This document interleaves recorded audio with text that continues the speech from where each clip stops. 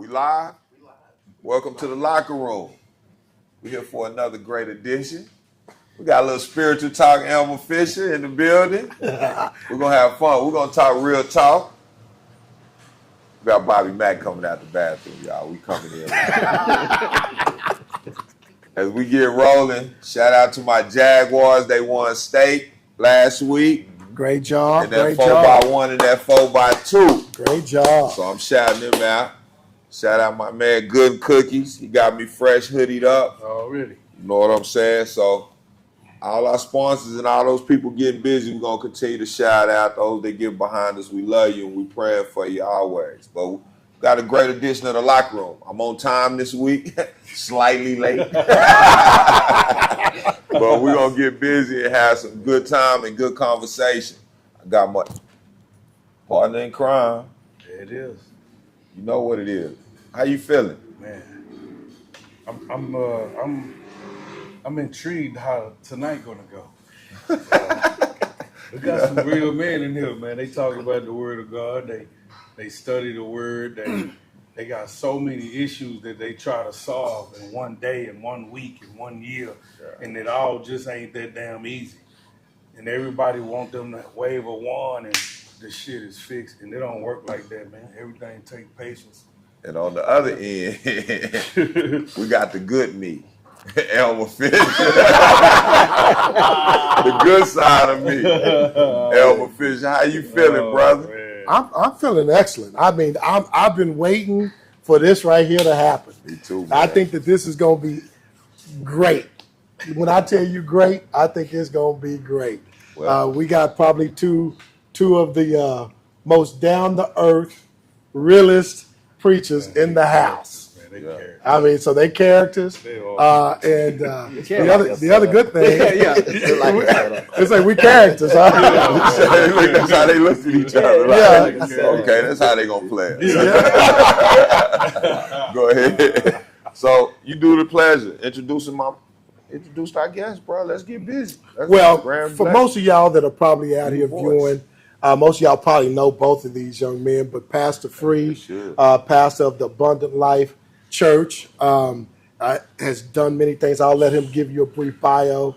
And then we've got Pastor Hicks, that is pastor of the Life Connect Community Church. So definitely. But I'm going to pivot because I've been knowing these gentlemen for a long time, literally listening to them and hearing them preach the good word as well as teach it, as well as be real about it, right? So, brief bio.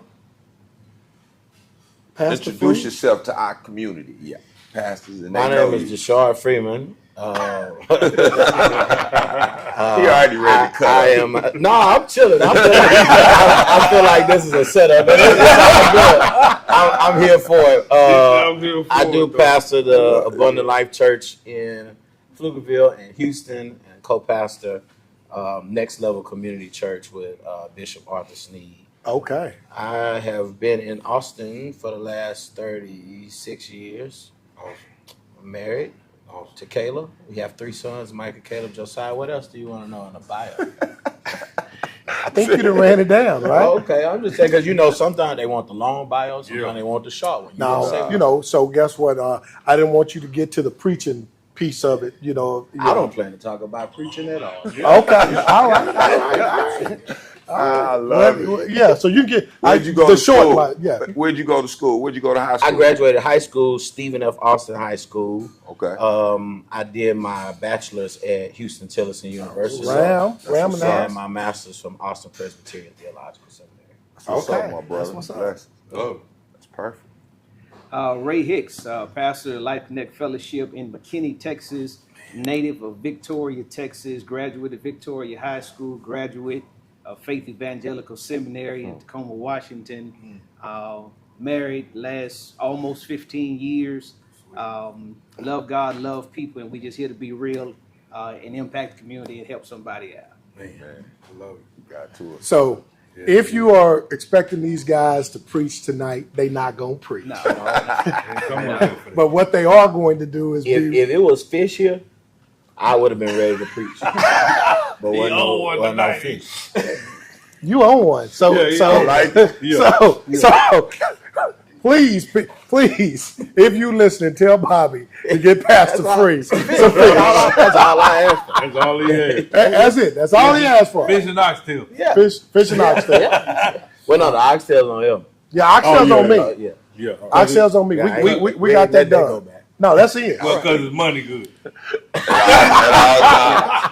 all times. Come on, man. Yeah. Yeah. I'm glad you said that. Well, you know. Because most people think the preachers be taking the money anyway. So I'm glad you know that. So what's up with that, man? Like, why do they? Okay, I told Ray this, and he was like, "Nah, you gotta do it the whole way."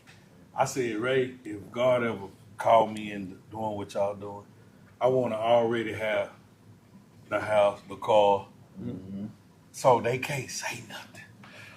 Mm-hmm. Like, I already want to ride. It's not me, but I want to ride up in a Bentley. Because I got it before I got this church. My house is already before I got this church. Now what y'all see. And I don't take a collection. The church paid off. What we talking about now? They'll find a way. Yeah. Your plan is not foolproof. They will find a way. Come on. No pastor has showed up to a church that didn't have a car. Wow. And didn't have a place to live before they got there. And they said something. Regardless of what kind of car he showed up in, they had something to say. And when life got better and he got a better car, they had something to say. So the congregation got bigger. And he impacted more lives. And the congregation get bigger, and then, man. This ain't about money, I don't think. Unfortunately, in our community, we don't like to see people doing well. You ain't got to be no pastor. There's people right now that can't stand you being successful. You ain't lying. So it ain't got nothing to do with that is the truth. money. It's the thought that the only way I can do well is if I bring somebody else down. Like, it ain't enough for us all to eat. So if we know that's one of the big issues in our community. How do we debunk that theory spiritually? Like, if we're trying to really change the narrative, how do we attack that? What are some suggestions? Like, because that is prevalent no matter what, and that's what's keeping us in the place we are as a race anyway. How do we debunk that? I don't know that we do. It's life. It's life. And as long as you deal with people, and people who have and people who don't have, that's going to be the reality. And it's really just that simple. Man, I can agree with that. Yeah. As long as somebody's doing better than somebody else gonna be mad. I think it's difficult, and I would almost say impossible. Man. I just want to believe with God all things are possible. That's But to this point, I feel like we can try to address it now, but this is hundreds of years in the making. Like, so it's not like we just got like this, right? Yeah, We've been conditioned to be this way. And so I think we have to instill, if spirituality is the approach, we have to instill like self-worth and value into each person. How does God view me? So that my value is not tied to how I compare to my brother. Because that's the problem. We always kind of comparing and competing with each other. So once we can eliminate that, and my value is in who made me, right? Not what I produce, what I drive, what I make, so on and so forth. Then we got a shot. But I mean, we go back to Willie Lynch. Like we have been taught to pull each other down. Yeah. So, question. So when you teaching prosperity, and then you live it, it's really not your job to make sure. Is it your job to make sure everybody get the message that you're trying to teach? Ray may be a prosperity teacher. Right. He presupposed that one. You know what I mean? Like, so do better in life. As Pastor Free mentioned, I know him and I know me, and I just don't believe we are prosperity preachers by the common title. And what is a prosperity preacher? Let's break it down for our audience so they have an understanding. So I would think in how in would a very, you define it? So in a very broad stroke, For in a very broad stroke, is one whose ministry is based, that is the foundation of all they teach and preach, is prosperity. And we know the Bible from Genesis to Revelation, there's a whole lot more in the Bible outside of prosperity. Right. And the reality is, everybody's not going to be rich. True. The reality is some are going to suffer and they're going to love God. They're going to give. They're going to serve. They're going to praise. They're going to sow. And they're just not going to be rich. And so you say, why? Why? Because it's not in the will of God. Right. And as Free just mentioned, Jesus was not rich. I mean, he was all God, all man, had access to everything, and yet he was not rich. He was rich in God. Right. You know what I mean? Yeah. But I hear what you saying, Yeah. though. So, yeah. But people are looking for financial. They want the Bentley you trying to drive. That's what people are. And so they're drawn to that prosperity teaching, which is interesting because then after a while, then they condemn it. So I don't know. That's crazy. I feel like we just stick with the Bible. Yeah. Right. And if we preach Jesus, there is blessing attached to it. But it's not, once that's the carrot that pulls people in, then, you live by the sword, die by the sword. So let's get back to the roots and the essence of this. Like, young black men, both of y'all, when did you receive your calling and feel like you were called to this ministry, to this path? What age, what time, if you want to go in depth?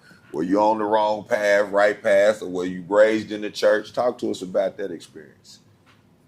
So, I'm the son of a preacher pastor. Grew up in church all of my life.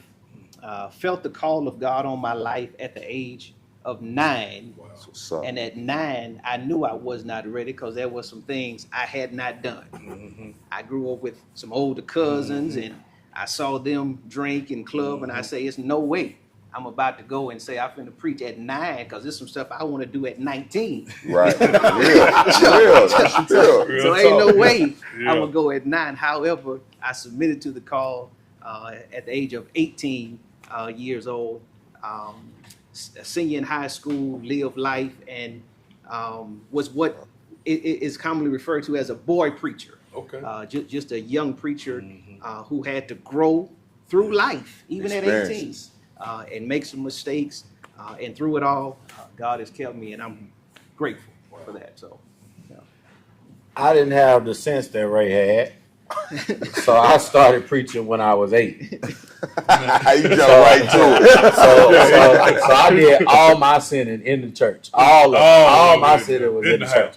I preached my first sermon 2 days before my 9th birthday. Wow. And I don't know how awesome it is. That was wild. Like, you go to school and that was abuse, I'm sure. The teachers, every time you get in trouble, you call yourself a preacher. That sucked being a boy preacher. It was tough. Yeah, so Ray made the wise decision to wait. I think I knew that this would be my life's work. My senior year in high school, I played football, and I was asked to preach for like a citywide something. Yeah. And it was on the night of the last game of the season. We were terrible. So I knew we wasn't going to playoffs, none of that stuff. Right. And I told the coach, I got a preaching engagement. And he literally benched me for the, I guess it was 5 games leading up.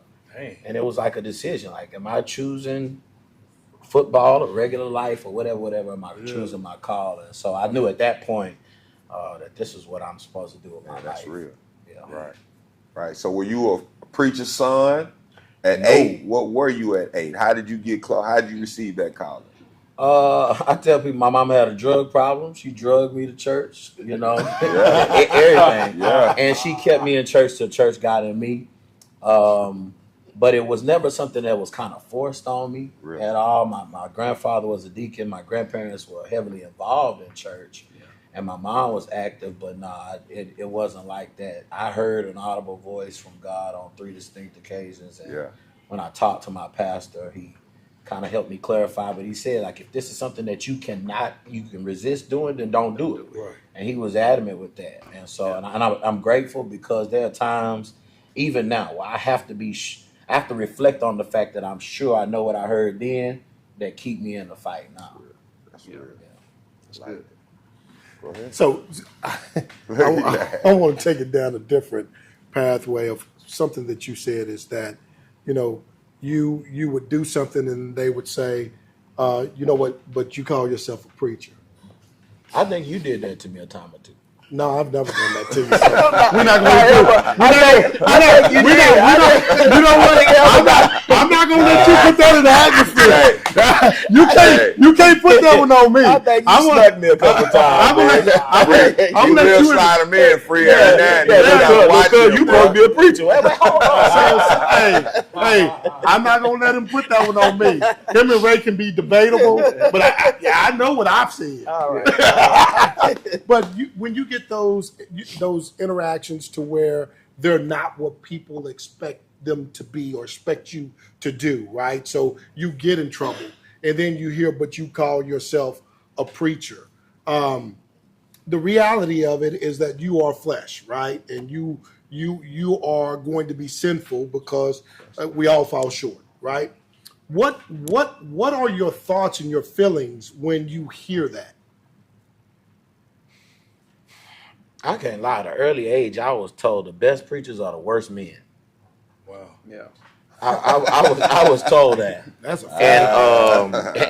And I felt like over time I've unpacked that. That's a flag right there. Flag. Official. The locker room is back. Man. Yeah. The flag. If you say something we that got to is get that on repeat. Okay. We throwing that flag. We So you tell me to repeat it? Repeat that. Well, I was told at an early age that the best preachers are the worst men. Now, I'm not saying that I have tried to live by that, but I am saying that I've grown to understand what it means. Yeah. How else do you introduce somebody to a God of grace that you have not experienced in your own life? Right. And so I don't want somebody teaching me how to do something that read it out of a book. Yeah. You know what I'm saying? Teach me through experience. And so I've lived through some things, I've done some things that built my faith, that made me into the person that I am, that taught me how to relate to people in every season and stage of life. And so it can be frustrating when people don't want you to be human. And even to this point, like, I feel like we have to be very cautious as to who we allow to see certain areas of our lives, because as long as they cool with you, they'll celebrate your realness. Right. But the moment they got a problem with you, they will use your realness against you. So I. So you still have to be very cautious of that as a pastor. Oh yeah, for sure. Mm-hmm. Speak on that, Pastor. Let me hear it. Much like Deshard, it's when people say and you call yourself a preacher, it's to me it's almost projecting. Yeah. Because you can't make me feel no other way than how I feel about what I know God has called, shaped, and made me to be. Right. And so it is almost projecting your insecurities. Yes. And you call yourself and you do this and you do that. And much like Free said, again, the testimony of a preacher is shaped through the experience that he has had. Right. Again, just to preach and teach and know without doubt that I'm only here and what I am simply by the grace of God. By the grace of God. That's it. Oh, that. Yeah. So look, he ready. Look, go ahead. Let's go. Go where you want to go. So I think one thing today is that's big for me is youth, young adults, being lost. Right? Don't really know God how we knew God. Where, like you said, your mama had a drug problem. My mom had a drug problem too, to where she drugged me to church as well, right? And so we don't see that very much anymore. So kids become really distant from church. I know that you've had great success, and I know that Ray, you stream and you've had success. How do we find the youth and get them to know God today, sitting where they're at? And in most cases, they're sitting here, right? So what does that look like for you all as pastors, as being able to reach out and find those lost souls from a youth perspective? I believe people always attract their own kind. And so the best thing a church can do is reach youth where they are, the ones that are present, and then make Jesus something that they appeal to their friends with. Because it doesn't matter how much of a heart I have for youth. Me talking to a 12-year-old about Jesus is only going to get so far. Correct. But if my 12-year-old is at school sharing their faith, or at the football field or whatever, then it just kind of hit different. Right. Now, at that point, the church has to have something where when youth come, they are attracted to it. Like, it's got to be a fun component that speaks to where they are. And I think a lot of churches, especially post-pandemic, just don't have anything at all for youth. Yeah. And so the saddest part for me is we're going to look up 10 years from now and a whole generation will have no understanding of Jesus or salvation or church because we've been so busy just trying to keep the doors open that we're forgetting who we keeping the doors open for. Yeah. So, oh, that's a big piece. Yeah. Right? Like that. I believe And I pray against that. the churches, in a very broad stroke, have failed in developing ministries for youth.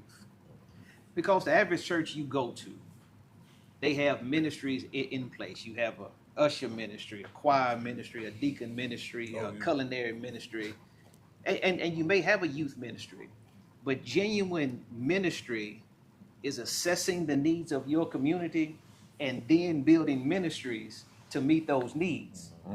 Not just get that flag. Say that. Not Get just bring the fundamentals back. Let's go. Say that again. Bring the I fundamentals said back. that impactful ministry is assessing the needs of your community Man. and then building ministries to meet those needs. To address those needs. Not just having a ministry that's one size fits all, Right.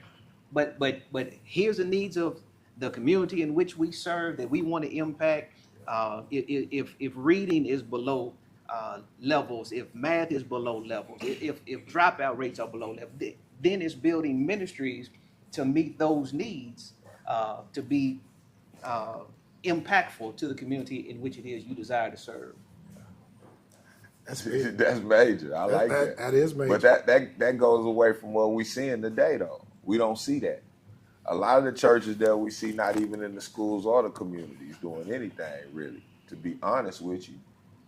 Well, for one, church, it's a lot of red tape to be in schools. Yeah. So there's been a lot of tragedy lately. So I've been they reach out to me and let me come in for whatever. Now that it's But if tragedy. you- So talk about all of that. Talk about the red tape. Trying to get mentors in the schools, it's hard. And I get it. You got to protect, the children, but it's hard. And in communities, like I said, some churches unfortunately have like a country club mentality. True. How do we maintain what the people inside the walls enjoy and like? And sometimes going outside can be uncomfortable. And we live in a culture that is not as receptive as they once were because of media, all that stuff. The church just got a black eye, to be honest. Let's keep it 100. And so once you lead with church or Jesus or whatever, there's some people who don't want to hear you off the rip because of what they have seen on social media, what they've heard, so on and so forth. And then we compete with so much. My boys came up playing little league sports. They played sports in school. But it was when I was a kid, there wasn't no games on Sundays, wasn't no game on Wednesdays. Now, you know what I'm saying? It's and the sad part is most of our kids ain't going to no league, man. And they ain't even going to college. Right. But we'll put all of our energy and time. I'm not saying they're not going to college, but they're not going on scholarship. That's what I'm saying. You're saying it right. And so we put all this energy and time into that to the neglect of their souls. And that's just weird to me. But, Yeah. Yeah. can't complain about it. You just got to keep grinding and see what happens. I like that. He said it's weird. It is. It is. It's real strange. Yeah. But that goes back to the original. How do we debunk? How do we start spinning that thinking in the right direction now? How do we change that and reprogram our communities and people to start putting our thoughts and our actions back in substance and things that really matter, that'll sustain us? Well, you gotta get How do to we the change parents, that? Right? Yeah, that's what I was Parents going to is say. what- Talk to us. Let's go. Well, so That's what I think it is. parents go to church where children want to go to church. Huh. And it's really just that simple. So if your church is not attractive for children, children are not going to want to go, and parents are not going to come. And if parents do go to a church that don't have any youth, they're just there. They're just there, and everything majority of everything that's said is above their heads, above their knowledge and understanding, and so they're just there. I think Pastor Free has done a phenomenal job being a young kid preacher, knowing what it is to walk through life as a preacher from 9 to where he is now, to see it in all facets. And of course, I was in church at that age as well, but I think he has some great thoughts and approaches to ministries that are attractive for young people, and that's not anything that I was gifted with. I've been an old soul a long time, so I was not as cool and as hip and as fly. That's what I was gonna say.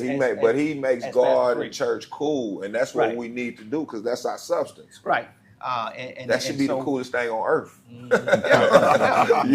No. did? Yeah, for Go real. ahead. Yeah, and so where Pastor Free is able to take the word and make it cool and attractive to young people, that was not my gift. My gift was just to be relevant, real, and raw. Yeah. Just across the board, and I can catch some young people, but that was just not my gift. So can I ask this question? This is crazy to me, but I preach unity. So in understanding that, like, he has a calling to do, why don't we just make one big church? That way all our people getting one message. Like, why don't we just boom? I know I'm far-fetched, I dream of fantasy worlds, but like, he got a calling to reach a certain amount, you got a calling.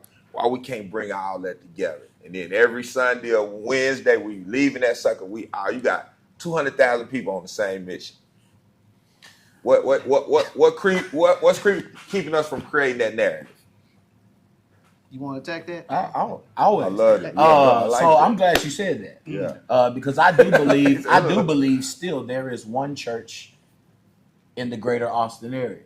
Now, we meet at buildings all across, but there's one church. Jesus only has one church, right? And either you're a part of his church or you're not. Right. When you get into the weeds of what address you show up to worship at, then you're getting into something else, which has more to do with taste, right? So some people like McDonald's, some people like Burger King. Yeah. It's just two different things. And you show up at one place expecting one thing, right? So I think that we worship separately because people have different tastes on a spiritual level. On a practical level, Negroes will fight over one seat. They'll fight over one seat, and if I feel like God has called me to do this, and you feel like God has called you to do that, then we'll split over simple stuff. I mean, the church has been divided denominationally and local assembly wise throughout the years over the weirdest doctrinal things. So because we're human, we have this Bible, we read it, we interpret it differently, and you got pop-ups. I personally believe, which is crazy because I planted a church, I'm in conversations now that it's not popular, but I think it's too many churches at this point. And we still planting churches because church plants have the highest success rate of new converts. So I understand the logic. But I also believe there are churches who are dying every day that if we came together and merged, like, why I got to start over from the mud if you got a building that hold 300, but it's 3 people there, right? Why can't we? But again, this is cultural. We got hundreds of years that have set us up to think like we do now. But to answer your question, I hope I answered it. Yeah, you did perfect. You just talked about it. You did great, bro. But I'm interested in what you. Well, it's as you said, it boils down to preference, and so for us to come together in your fantasy world, as one church, one assembly, one building. It doesn't work because Not one building, one message on that. Like even if they got to go to your church on the south side, we should all be saying the same thing on Sundays. Well, I think any. Hopefully we are. Yeah. Hopefully we are. Hey man, I talk to a lot of people, bro. It's a lot of confusion going on out here, bro. Let me be honest with you. So that's why I'm asking that. If Jesus is the message, that is the same message. Now delivery and approach may be different, but if Jesus is the message, that's the same message. It's the same message. Now again, your preference as to how that message is delivered.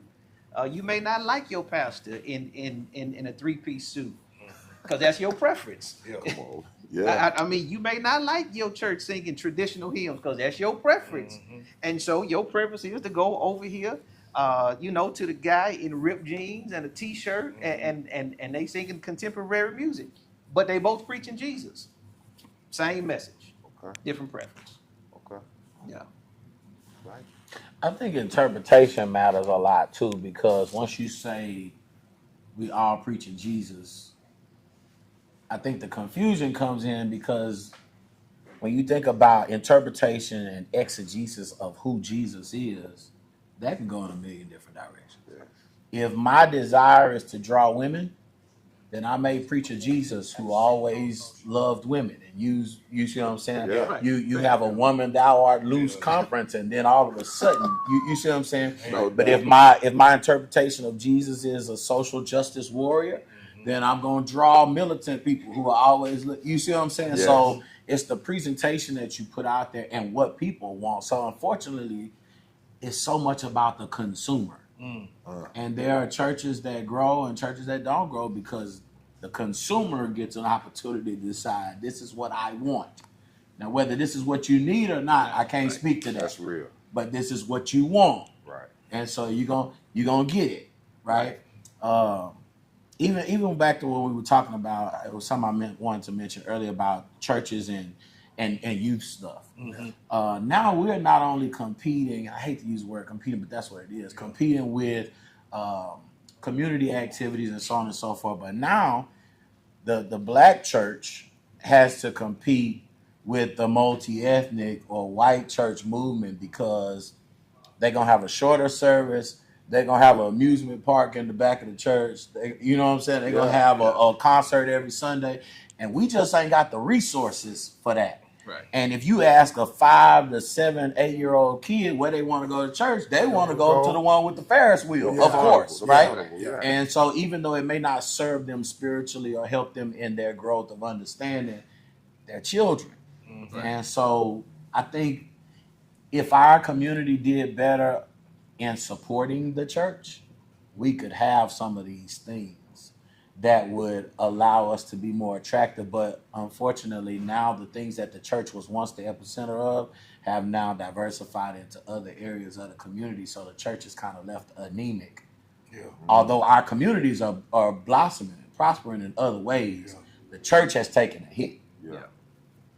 How many black churches in Pflugerville, if you know, right off the head? Just you ain't I can probably picture 10 that I know of in Pflugerville. In Black Pflugerville. church, You know black what I mean? churches in Pflugerville. And the question is, we got 10 churches. We got the highest black population in Pflugerville, in the whole central, until you start reaching Dallas and Houston. And we got 10 churches. And Ray trying to bring it down to like what you saying is, I'm just saying you didn't say it. Right. We trying to. What I'm trying to do is, and you see, it's churches that got 4 or 5 people in them, and I'm like, but you already know what comes with that. That's why they got 4 or 5 in there when they all need to be combined and at least just have like what 3 or 4 maybe. I can't say I know you can't say because that. until a man say my season is up, God is caught. That ain't on me. Yeah. I got to figure out my own stuff.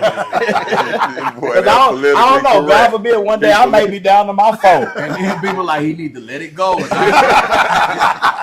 But again, it's cultural. It's some pastors who pastor till they dead because they don't have a plan for nothing after that. Right. They don't have retirement in place. They don't have nothing. So it's like, what else do I do with my life except keep doing what I've always done? Right. So, I mean, but if I pool my resources with a guy like one of you guys, we can put an insurance, a health plan together. Now I can't even get no fish. I can't get no. So let's pool resources. Let's pool resources. So you can get that Ferris wheel in the back, man. Yeah. You know what I'm saying? If we put our money together, then you can have some of those resources. We wasting resources. Sundays. Yeah. You know what I'm saying? Now, there ain't nobody come to our fish fry no more. But they can go right around the corner. Come on over. Yeah. See? You know what I'm saying? Yeah. They come to be mad. And a Jag juice. You want fish with Jesus juice or Jag juice? What you think they gonna pick? They go with that Jag juice every time. They gotta get the Jag juice. I tried to put some purple in the Jesus juice. They said, no, this ain't it right here. It didn't make them feel the same. I guess it did. They said they wanted the spirit. They didn't say. I love it, man. I love it. You know, but when dealing with the youth, man, and just bringing it back, like, we got to get back to where we instill respect in them, because like it was a point in time to where we had held the pastor with high esteem. We wouldn't cuss, we wouldn't do nothing crazy, you know, but we held parents, teachers, and you know, everybody, adults, to that level of respect. How do we get back to teaching that in a godly manner now? Because that, I feel like everybody feels like they're equal, and we, you know, certain positions don't hold status when they do. Because it's a true grind and commitment that you are making to your congregation and to the world, and a major sacrifice that they need to respect that in a man that's willing to do that. So how do we get back to teaching that and instilling those values to where we truly uphold those people that are making these sacrifices and respect them properly as we need to? To me, it's not a church issue. Exactly. It's a societal issue. It's a society. I mean, we live in a world that does not respect. We currently have a leader at 1600 Pennsylvania Avenue that does not respect the position. And so either his followers. Right. Does right. We came along in a generation when we saw it. Yeah. So it was not just taught to us by words, but we saw it through actions. Yes. You know, yes ma'am, no ma'am, yes sir, no sir. Yes. And if anybody was older than you, yes sir, no sir, yes ma'am, no ma'am. But we live in a society now where it's just no respect. I mean, and that's from you know, people my age and their children and younger. But again, we don't have a society that's big on respect. And then when you talk about the younger people, there's this sense of entitlement. You know that, hey, you know, you 12 and I'm 45 and you think we on the same level, so you think you don't owe me no respect. Bro, can I say this? I just cussed my son out in the car about that. Coming from workouts. Like, bruh, you can't get to a point where you feel like can't nobody not tell you nothing. You know what I'm saying? And you got to stay coachable. He's coachable, but you know, you can see it in kids when their energy change. Like, bro, you got to receive information and stay learning and growing, even if you're 50. Right. Change that demeanor. So that's why I'm telling you, like, we got to figure out a way to change that mentality in our kids. Or like you said, we'll be looking up 10 years from now and they won't know Jesus. They won't even have an understanding of God and the Bible and how the church is truly supposed to function. And I say that along with coaching. This is the locker room. Yeah. A lot of coaches now, they just want the best athlete.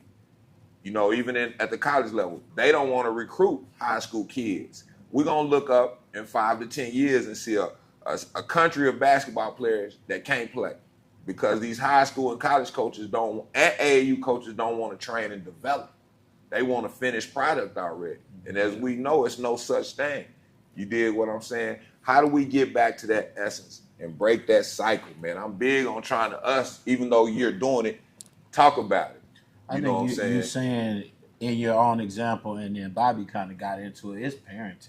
Start at home. Yeah, you can't expect for no kid, like let's say church. You can't expect for no kid to show up at church and they respect the pastor if they've been listening to their parents talk bad about the pastor at the house. You know what I'm saying? So it's a lot of this stuff is parenting. Ooh. And parents are so in parents' defense, they're so busy trying to make ends meet, so on and so forth, that they just don't have the time with their kids that parenting requires.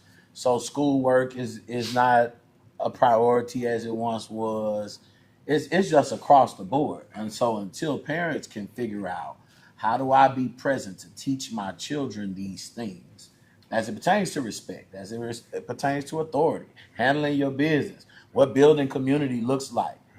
Like, we just expect these kids going to kind of learn this by osmosis. It's not going to happen. It's not going to happen. And so, I mean, unfortunately, we're kind of falling further and further behind the curve because the parenting is getting terrible. Well, I think the parenting now is more challenging to the parent because they trying to be the kid's friend. Mm-hmm. Yeah. And when you do that and that child see that you want to be his friend, he can say and do what he wants. And if, children will test you. I'm going to stay out late and see if mama going to say something. You come in and if you don't say nothing, you start getting the big heads like, I can stay out late. She ain't going to say nothing to he. So, and then a lot of it is the other part of the house, and I call that the dad. See, that's a whole part of the house right there. See, the mama got one part, but it's still, it's really a dad and a mom with the love make it a home. Not just the mom. Because the dad got discipline. Right. He got substance. He got rules. He stand on things. The things you say to your mama, you wouldn't say to your dad. Or in front of your dad. You know what I mean? So a lot of it is it's not even lack of parenting, it's lack of dads.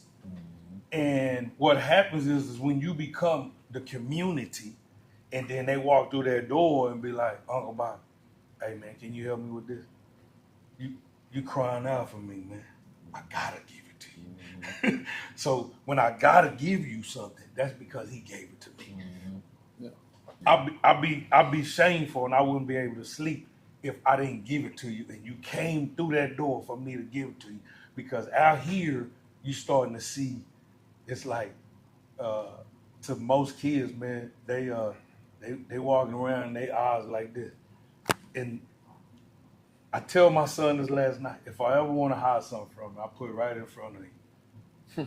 Tricky. Because your focus is off. Tricky. It's impossible to be balanced and focused at the same time.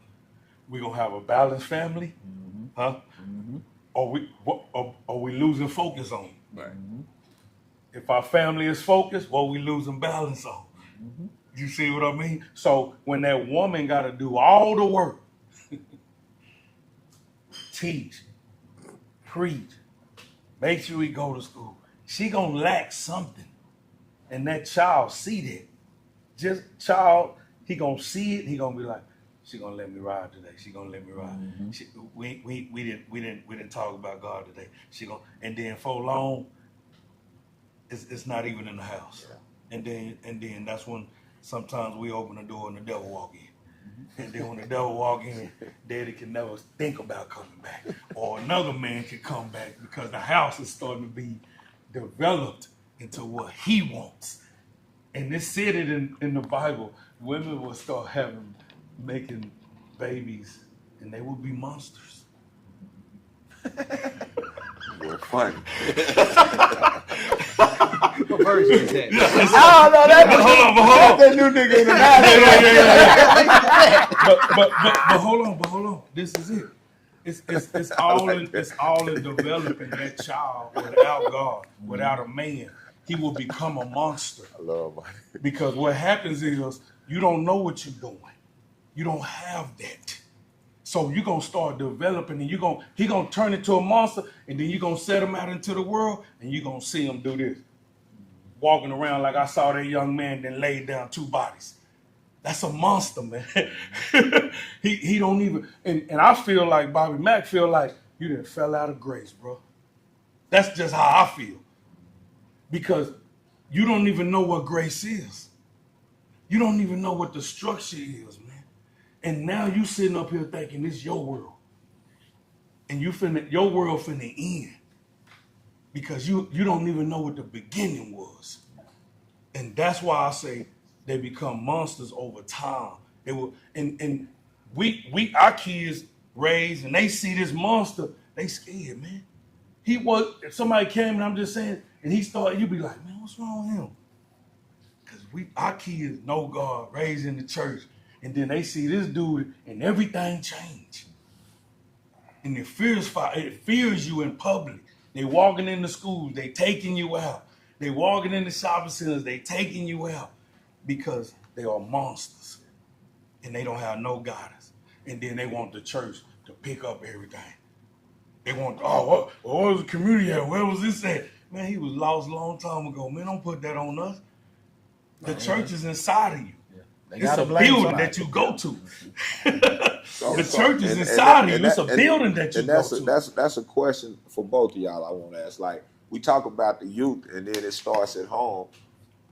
How is your turnaround or bringing in saving souls as far as my young adults, them young men and young women that's 23, 25, 30, where they are trying to go into building homes and marriages and relationships? How do you see that growth in the church right now? Give us an insight on that. Do y'all see that changing, getting better, or what? Or we losing those too, or what? How's that looking?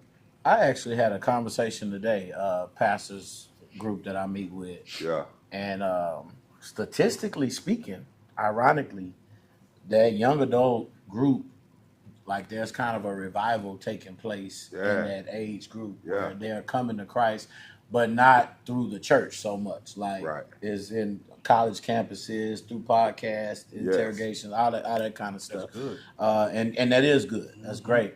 I know for the longest, young adults just kind of fell away from the church. Like, you know, you were made to go when you were a kid, and then you get that little bit of freedom, and then you just fall away and may or may not come back soon, right? But just that thought that if you train them up in the way they'll go, when they won't depart. But young adults was always a hard thing. I know, like maybe 2 years ago, it was our young adult emphasis day at our church, and I said I want all the young adults between the age of, I think I said like 18 and 30 to stand up.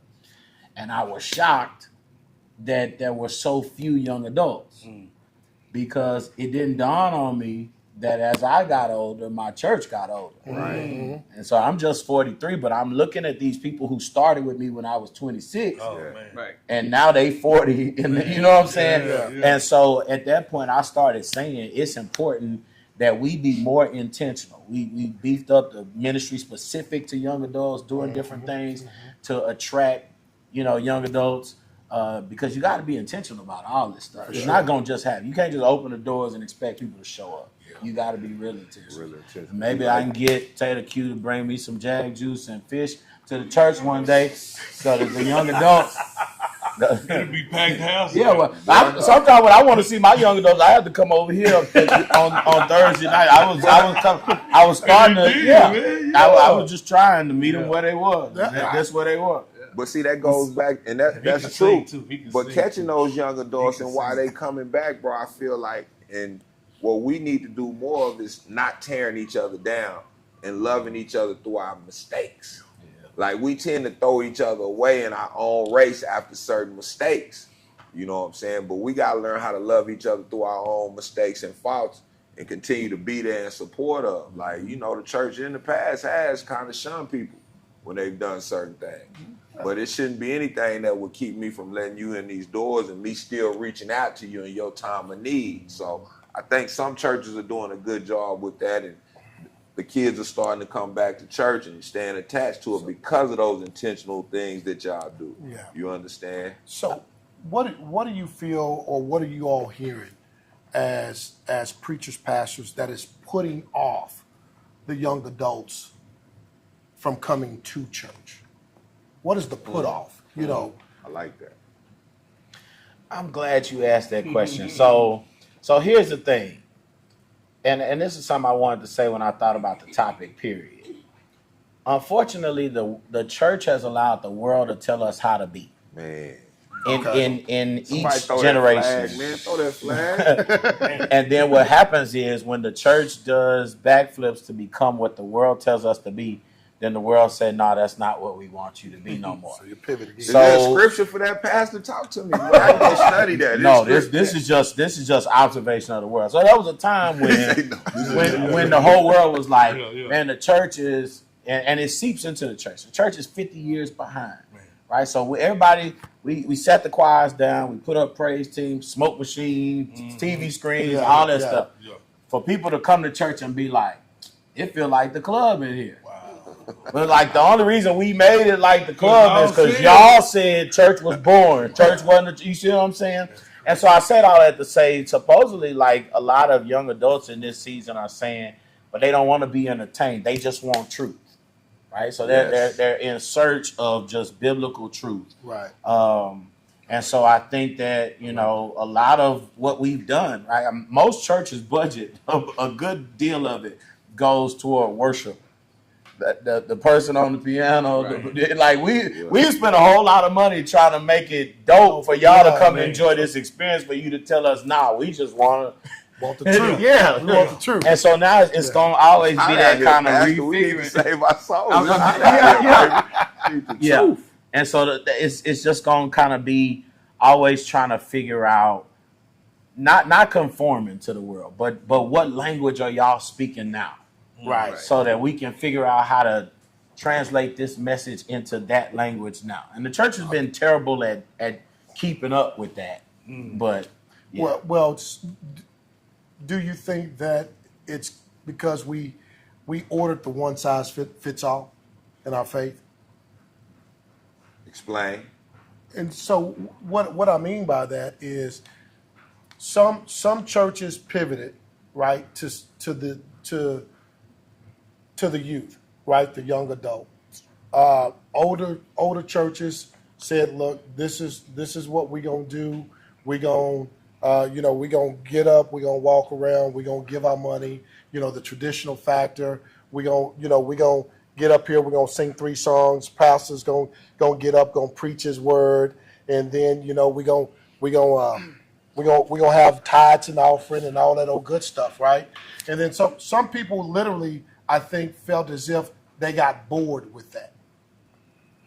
And so then you get bored with it, and then you're searching for something different and or new. So when you talk to Pastor Free say, so we make the pivot, right?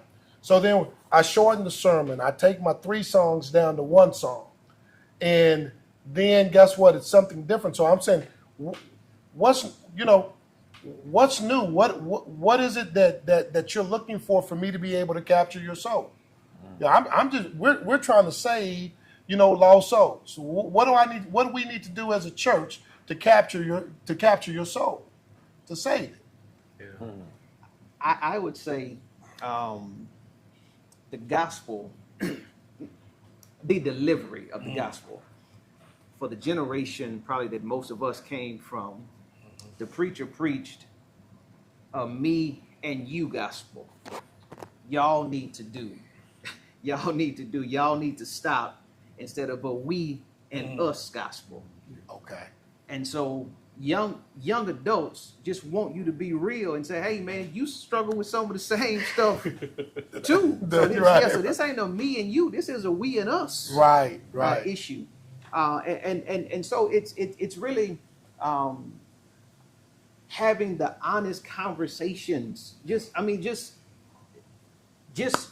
taking off the suit and tie, and just really being honest and authentic with young adults, because they don't want the BS. They don't want the fluff. They don't want the popping circumstance. Again, they want to come. They want to hear a song. They want to get this word and be at brunch by 10:30, 11. Yeah. And so it's just giving them what they need in a very palatable and plain way, school and education and big words, all those things are right in their respective places. They just want to come, give me something tangible that I can live this life with in a very plain way. And let me push on and go to brunch, and perhaps I'll come back next Sunday.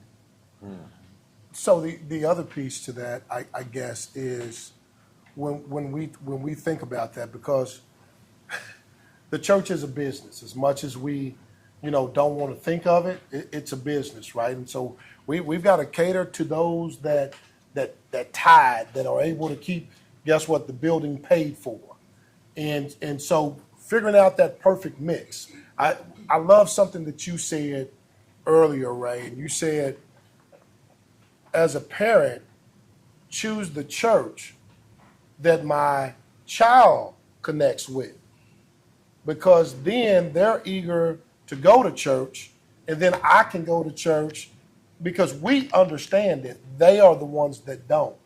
But that's courageous in the act, because that's not the way that most were raised. Most were raised from the aspect of, my parents go to this church, I'm going to bring my kids to this church, regardless of whether they like it or not. And oftentimes what we find out is they miss out on understanding who Jesus is and who Christ our Lord and Savior is, because they're completely disconnected. The pastor got up there, had his topic, hit his 3 points, and then your kid didn't catch none of it. So, I think that's big, being able to find a place that your kid resonates with, and then being able to make that move. We tell people today, go get your kid the best education. If you need to move from districts, you move to the best district to get your kid the best education. We tell athletes, what, you find the school that's going to be suitable for you. You move into that district so that you get recruited. So, I love that. Move to where your kid's soul can be saved. Connect.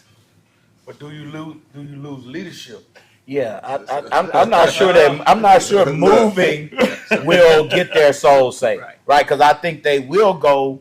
I think kids will go where they want to go, but that don't mean that's where they need to go. Exactly. And then if I'm at such and such a church, because my child likes to be here, but I'm sitting in the main sanctuary and I'm listening to somebody who is not connecting to my experience, not feeding my soul in any way, then okay, my child having fun at church and they want to go, but I ain't growing spiritually, so how am I pouring it? You see what I'm saying? No, I get it. Yeah. No, I get it. So that's For a example, great point. let me tell you, for example, and this is one of the reasons I like to shout out my church, Greater Mount Zion. They did great.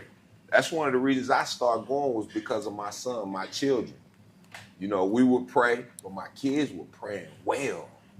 They were going to great. I was still on the conversion of coming from my previous church to that in the marriage. You understand? But I was deciding whether I wanted to make my kids come to my church or how we were going to do it. But the way they were developing under that church's leadership, my children, they were able to pray well. They would have had a good understanding of God and the Bible and Jesus Christ. Like, man, I might keep them where they are. Let me go and try this church out and start going to this church. And then I fell up under great leadership. You understand? So what you're saying can be a truth if you're really intentional in understanding your children and their growth process. You know what I'm saying? So, yeah, I get that, because they comfortable going to church and they love it, and we loved it. Like, they go to each section they need to go on Sundays. They get their word. We meet back downstairs and in the right area, and we have a good time and go about our business, and everybody's fed. So finding the right environment is very, very important. Right. So can I ask y'all a question? So y'all sit there asking us let's get busy. And I'm glad you mentioned, because I wanted to know church affiliations. And what do y'all see y'all's role in the church being? Ooh. My role in the church, well, let me be very honest. Since we having these real discussions, Greater Mount Zion buried my father. I hadn't been back to church since my daddy died. So for me, I kind of took the church outside the walls and took it into the schools. And the realness and preaching God and talking about God and knowing that our kids in the school are thirsting for God, I kind of made that my church and my ministry. I believe the church is outside the walls. It's in you. You know what I'm saying? And you got to preach a true spirituality and actually walk that. So that's what my role has been since. But my affiliation, and always will be, and I do plan on, going back. But right now, I'm in the process of, dealing with some stuff. But my affiliation is Greater Mount Zion. That's my church. Pastor Clark, I love him. Vicente, my peoples, you know what I'm saying? Like, that's home. They done did great things. But I've also seen them do great works in the community. And, you can take me off a lot of paths because I hate to hear people talk bad about certain people in certain churches when I know that these people house, educate, feed, employ, and do so many things in our community that nobody is doing. You understand? Even when I look at my brother Bobby Mack, I can hear people try to tear his name down, but how many businesses really putting money, food, education, educating our people and doing everything they can to the best of their ability. You understand? But we still try to figure out how to tear that down. You understand what I'm saying? So yeah, my affiliation, I love Pastor Clark in that church. That's my affiliation. And my role is out here in the community, in these streets, with these kids, young adults. Go ahead. With me, it's just, it's all about truth. And I read on God every day. I don't wait for nobody to tell me about it. Every day you do, bro. I do. I don't. Thank you. I study it. Thank you, God. I get mad at churches because they don't let, we ain't letting who Jesus really is.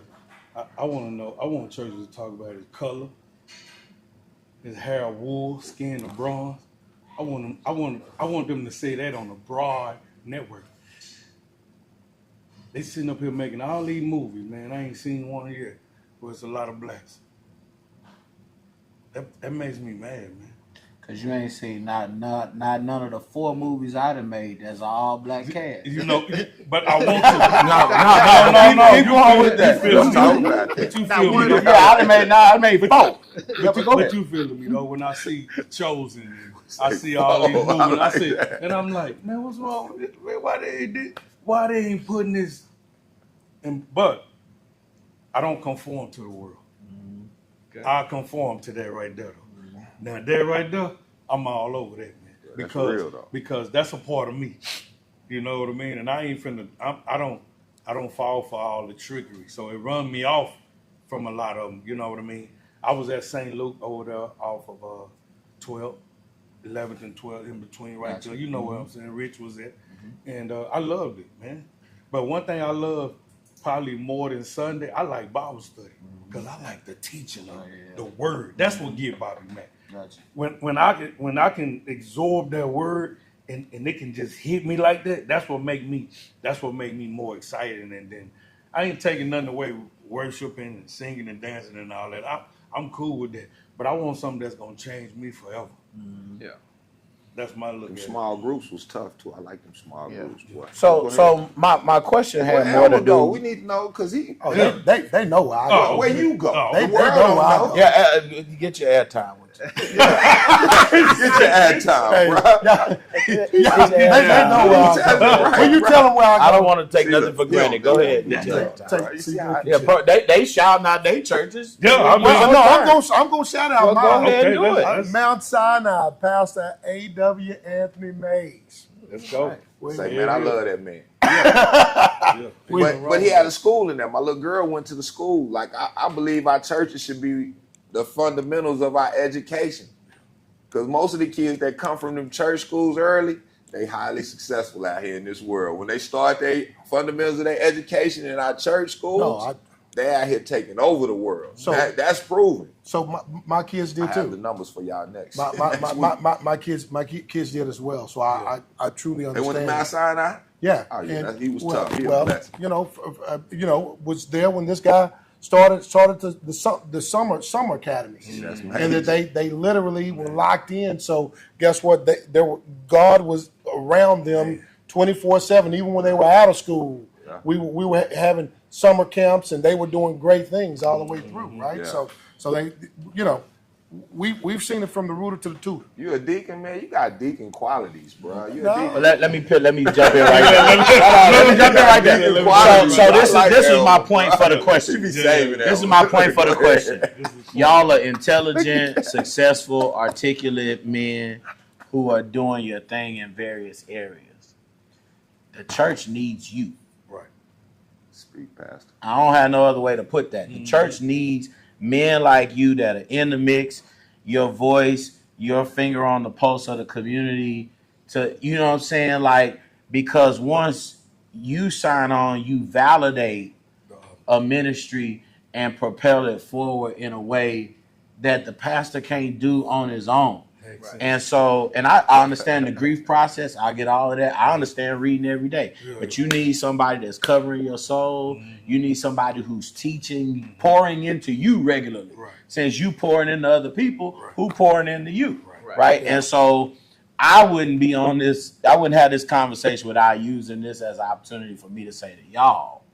And I ain't just talking about showing up. I know if my cousin, he take good Easter pictures. I ain't talking about when you fresh as I'm in. I ain't talking about that. I'm talking about in the mix, like in the, you know what I'm saying, like on a regular basis. That this person is, they in the community, they doing whatever, but they're also a pillar in our ministry that gives, credibility. So look, and you know what was great about, and I'm coming to your church. I'm gonna come visit you. I'm definitely. We gotta look at him. What was great about Greater Mount Zion is they received a dude that was me. I cuss, I'm crazy, I'm passionate, but they showed me, they received me the right way as who I was, bro. That was major to me. I didn't have to put on no airs. right. You know what I'm saying? I didn't have to be raised acting fat. I have to go in there. So I could be who I really truly was, and that was very attractive to me as a church. So, to your point, I think oftentimes when you're sitting in the seat that we're sitting in, and you're at church and you're receiving the word. For me, it's finding out where I bring the best value. Ooh, That's a good I You know, that because sometimes. to be there, and to be a staple for Mount Sinai is one thing. Yeah, you can be a deacon, or you could do, those are things that are needed. But where I'm at is I want to be put in a place, and I want God to put me in a place in the church to be able to bring. Where do I bring the greatest value? Instead of sitting there listening. Well, I don't want to do it just to do it. So when I step to it, and if it is, I've been able to have a touch on youth or young adults, whatever that may be. I want to be positioned to be able to bring value. So that starts with a conversation with the leader. Okay. That's where it starts. That's right. And if you come in contact, I'm not saying this to you directly, because I would never. Of course, I'm saying this to no, I would not ever say it, because you understand why I would never say it.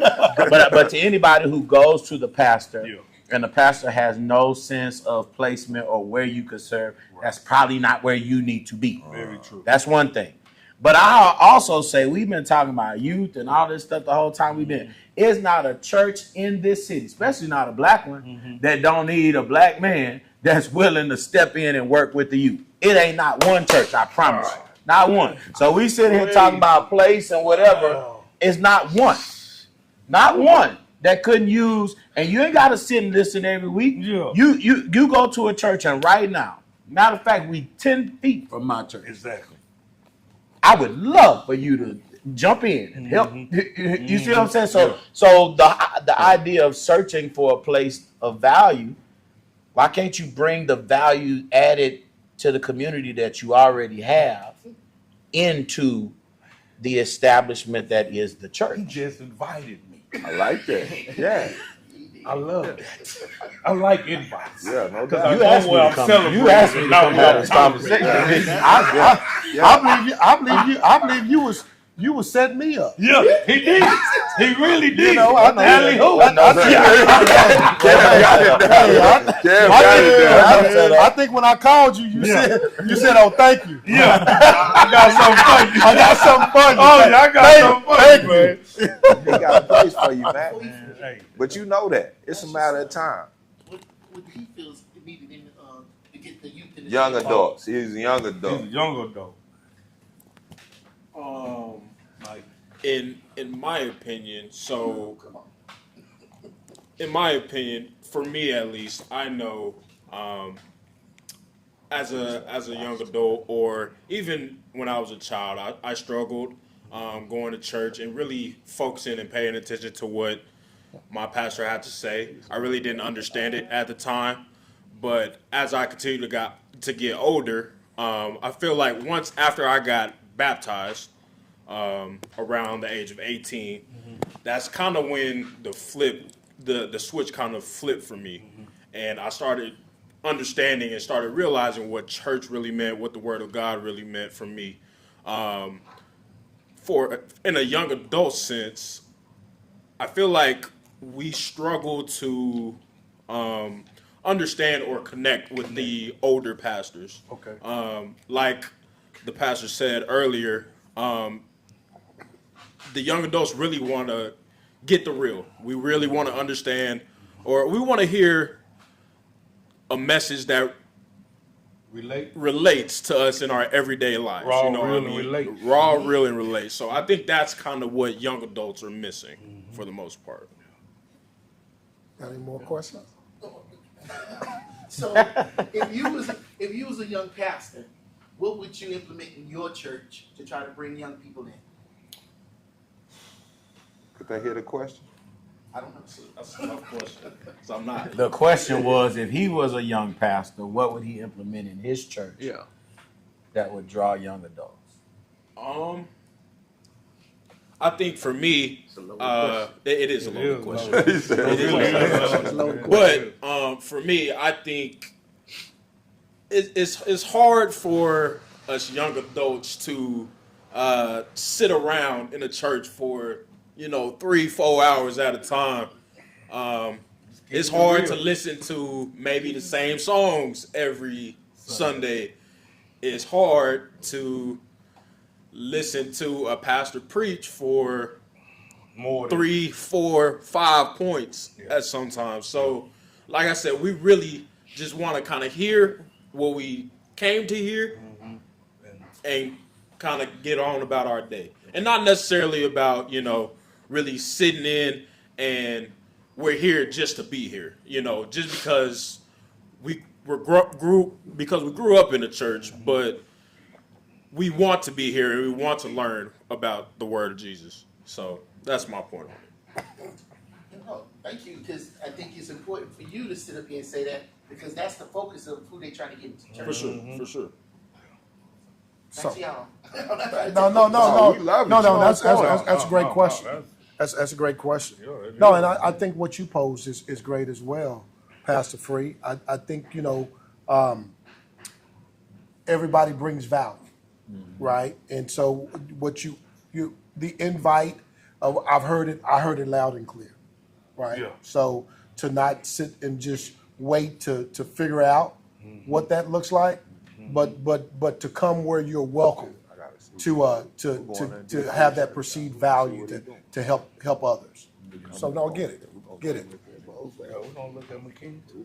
So I ain't scared of none of this. I love the word. Ray, you look like you want to add something. You want to add he got something on that? something to say. I mean, Go ahead. This is what I want to say in my ending remarks. Keep in mind that anything that's not covered spoils. Ooh, Flag. that flag. Gotta say it again. Anything that's not covered spoils. So if you are not under the covering of a church, of a leader, pastor, it's real simple. If it's not covered, it spoils. Like that, bro. Thank you. fully received. Oh, Master. Fully received. Come over here throwing blows tonight. Say, I just asked the question. hey, you gonna get it real. Yeah. But that's what happened when you go to church and you got a passion that it's gonna apply to everybody. You go, he was talking to me. Yeah, he was talking to everybody. Yeah. Solid, That man. was attached to everybody's spirit and soul. I love toast up. Yes, me too, bro. You They know. get you right because you think you got it all together, and then he come hit you with this. Now, I think And one the remarks. thing that's interesting, and I appreciate Cuz for sharing, in the title that was sent to me. But what do we do with people that really just don't want? They don't want Jesus, right? Ooh, So I'm saying, I think our church has become a little more, I don't know, Baptist-costal, the more older I've gotten. So we not as focused in on an hour and a half. So we may be 2 hours. Yeah. We may get out in 2 hours. But so that's less than the 3 or 4. Yeah. Right? He found the time frame. I'm going. My wife is the worship leader, and I fight with her more times than not about.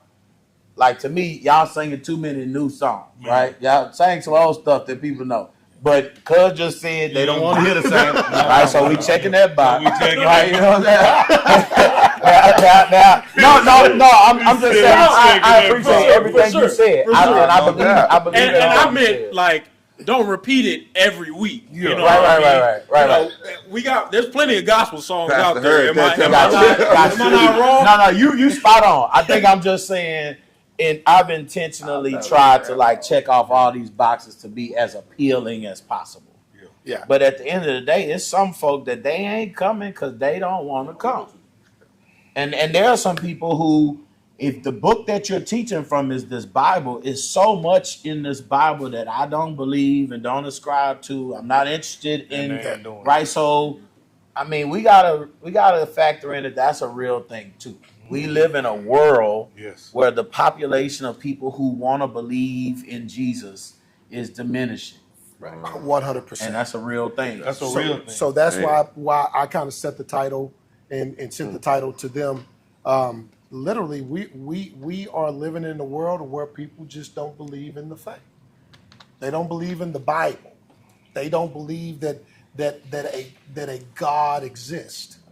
Right, and so they woke, but they sleep. They woke up and went back to sleep. Yeah, what we call it, eyes wide shut. Yeah, eyes wide shut. You know what I mean? It's in the sense because, and then with the youth is, I talk to my kids and I tell them all, and I talk to these babies up here, and the phone is instant gratification. Oh yeah. The phone is. Quick, fast, hurry. So you want me to sit in church when this phone have programmed me to get what I want, fast as I want it.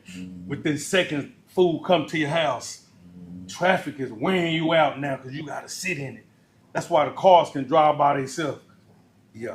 So you can sit there and be on your phone and program your answer, understand and relax what it really is. But when it comes to the word of God, you want it fast. And sometimes the word of God, you gotta need to marinate. regurgitate. You gotta marinate like them oxtails. Like the oxtails. Yeah, you gotta be ready by Saturday. You gotta be ready by Saturday. I gotta marinate tonight. You gotta sit Thursday, You gotta sit all that time, man. It's ready for you Saturday man. and Sunday. So and that's what it is. They, the youth, they like microwave, and I was brought up in the oven. But my food tastes better than yours. But that's selective too, because if it's brunch, they're going to sit in brunch for 4 or 5 hours and lose track of time. Right. That's Right, so true. it's selective. Yes, If that's it's true. church, then no, it needs to be a time frame. And that's what But we if was it's a saying, like- movie, they'll sit in the Marvel movies and then wait through the credits and wait till the little they beat know part what's coming. and be like, "Oh, that didn't seem long at all." So yeah, So I'm looking at your comment, Devon. Church heart has hurt. Church he hurt. meant hurt. Yeah, he meant hurt. Yeah, go ahead. has caused a lot of not to come. So He's talking church about hurt, church hurt has also caused people to not come. Mm-hmm. Church hurt. Yeah. Is that true? Okay. Is that the truth? The hurt? Man, You're supposed to. I done been hurt in a lot of places. Yeah. And it didn't stop me from going. I've been hurt to take you on Tuesday when I come looking for fish. But you Hey, keep man. coming back. Man, say, man. Ray got hurt at the pool hall. He kept coming. You know what I'm saying? I done been hurt in a lot of places, but But you gonna show up though. You've been doing good. You've Yeah, been doing good. Man. So you rich over it. You've been doing good. it just fit. It just fit. It worked just out. It worked out. But man. I feel It like worked we out. take advantage of the excuse. Man, that's the word. And I'm not saying That's it is it not right there. real. I'm not saying it's not Yeah. real because your hurt is real. Right. And leader hurt is different than any other type of thing. But I'm saying if I'm there for Jesus, Man. ain't nobody finna stop me from getting to him. Man, that's what I'm talking I don't care how much I've been hurt. Because the church didn't do that. The right. people in the church did that. Right. And we got to learn how to make that distinction because although we are the church, Mm-hmm. we are not always a good representation of the church. Right. We're human. Yeah. Right. I love that. So anybody I didn't hurt, I'm sorry. It is what it is. No, I mean, I think that's real. I think that's real. But here, Me I think too. there's another piece to that. Is like you said, you've been hurt many of places, but it didn't stop you from coming. And you know, if I'm in search of Jesus, Yeah. and the church hurt me, then you know I should still keep coming. Yeah. But what if I don't know Jesus to begin with? And then I go in the very first Sunday, and I sat in Miss Betty's seat, and I was looking for something. Miss Betty walked in and said, "Baby, you sitting in my seat," and I'm trying to find Jesus, but the experience of the church hurt me. Miss Betty hurt me. These were church-going people, and nobody said nothing to Miss Betty. The hope is that Bonquisha is gonna catch you before you get off the parking lot and be like, I Don't know see it. Miss Betty, wow. Yeah. But that ain't, you know what I'm saying? Hopefully there's somebody else in the gathering that can fill in the cracks. But it may not happen. It right. And so I think a lot of times you lose those people that are in a situation, Yeah. and then they take that first step to get in that uncomfortable peace of mind or uncomfortable state, should I say, and walk in only to be hurt. But I've been saying this for a long time, and I say this to my people. Like, I feel like I pastor one of the dopest churches in the world. Right. But if you gonna invite people to church, you setting us up to fail. Because it may be a person walking in that same situation that don't whatever. I want you to be having spiritual conversations with them, inviting them to Christ. And then let me come behind the work you already been doing. I love that. Right, because if you can be connected to Jesus first, then maybe you come in. Our church is not for you, but that don't mean Jesus ain't for you. Right. But if you sell the church first, Yeah. and then we fail you because the usher's having a bad day, the breath stank, whatever it is, Yeah. then people may just not give Jesus a try because Jesus people were tripping. And I think we just have to do a better job when we out in the world. Like, how do I lead with the main thing? Because my church is not the main thing. Right. And we good at that. My church this, my pastor this, that, and other, and then something be wrong. Ray, you got any piggy on that? I mean, I think he summarized it well. I mean, that's what it is. You got to lead with Christ, and regardless of what happens at church, Christ is the focus. Yeah. We got 1 minute. We closing. What y'all got? Oh, we got 1 minute? I thought we It were don't- going to be here all day. Oh, man. No, we get you in and get you out. Okay. We get you in and get you out. He said 3 hours don't Yeah, work. but I bet you they He listen said to 3 this. hours They don't listen work. to this for 4 hours. I guarantee you. They said the other excuse I hear is that churches are taking people's money. Like, that's wild. Man. That's crazy. And I will speak to that because I'm a married man with children and a wife, and I spend more of my money helping people than I do on myself. Right. And somebody put out a reel not too long ago about like, you know, the amount of tithes that a church takes in, an average size. And then you look at the bills that it takes to just run a church. Like, where y'all think this money is going? Like, people think that the lights stay on because it's a church. Like, oh, because you're a church, we're going to let your lights stay on. No. Nah, like, that stuff costs. So it's like bills everywhere. I was here, and I tell this story because it impacted me in a deep way. I used to would just be, it was just me and my Bible. Yeah. Now it ain't never just me and my Bible. Because I was getting my car washed. I had just come back into town. This little red and yellow strip center up here. Yeah. And the guy just walks up to me and just start going off. You a preacher. What you doing driving this truck?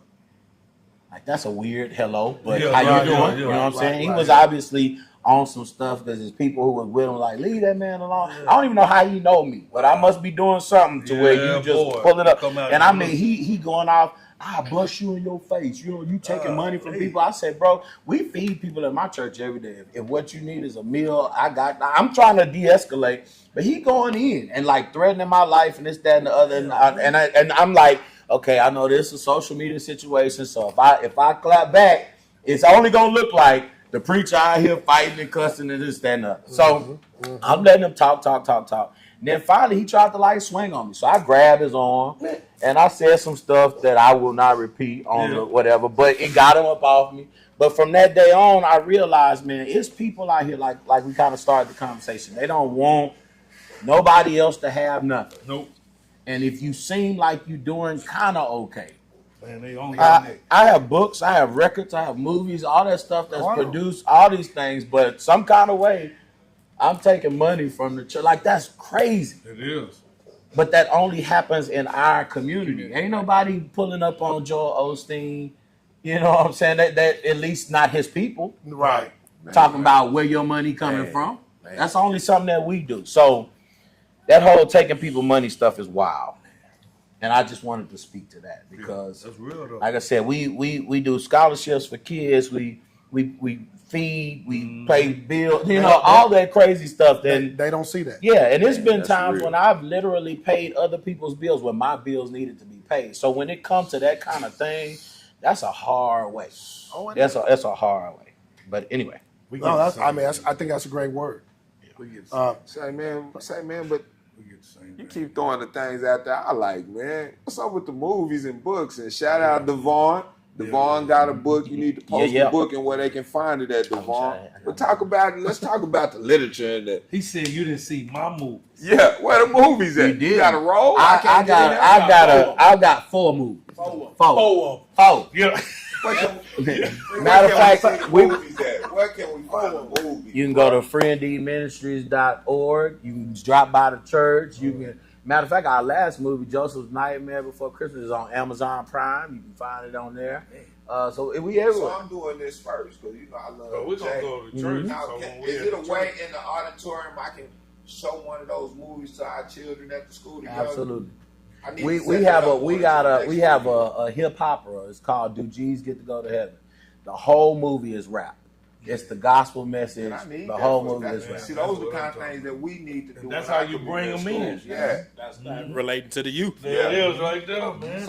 So say that again. Let us know everything you got too, Pastor. What you got going? Where we can find you, location, and church as we close out. Because this is about getting the word out there and the message out there to our people. So we're on Facebook, Life Connect Fellowship. We're on first and third Sundays at 8:30 a.m. And then first and third Thursdays for Bible study at 7 p.m. That's Life Connect Fellowship. You can look for us. And we'd love to have you join in with us. Come and study with us. Come and glean from the Word of God with us. I love it. Blessings on everybody. You can find us, Free Indeed Ministries, website, Facebook, social media, Instagram, all that good stuff. Abundant Life Church in Houston on Saturdays at 6:30, in Austin on Sundays at 12:30 at 1006 Old Austin Hutto Road. This Sunday is Mother's Day. We're gonna do like mamas and mimosas or something. You have a podcast. You walk in there and be like, "What am I? What am Pull up. Yeah. Pull up. I Say figured you out. mentioned my man Arthur Sneed too, man. Shout out Arthur Sneed, And bro. Sundays at My dude. 9:30, Pastor Sneed and I, we co-pastor a church, Next Level Community Church in Manor. Awesome. So those who want to get up and get church in early in the day and be done by brunch, 9:30 to we done by 11. That's in Manor. Where's that located? 290 Highway 290. I never remember the address. 13419, I believe, is where the Ham Bones restaurant used to be, right there in that park. Okay. Yep. Okay. Good stuff. Good stuff. Guys? Man, well, we're going to get to the movies. You know, the locker room is about saving souls and solutions, man, coming up with solutions and bringing our community together and propelling us to the next level. So we're going to continue to have substance up here.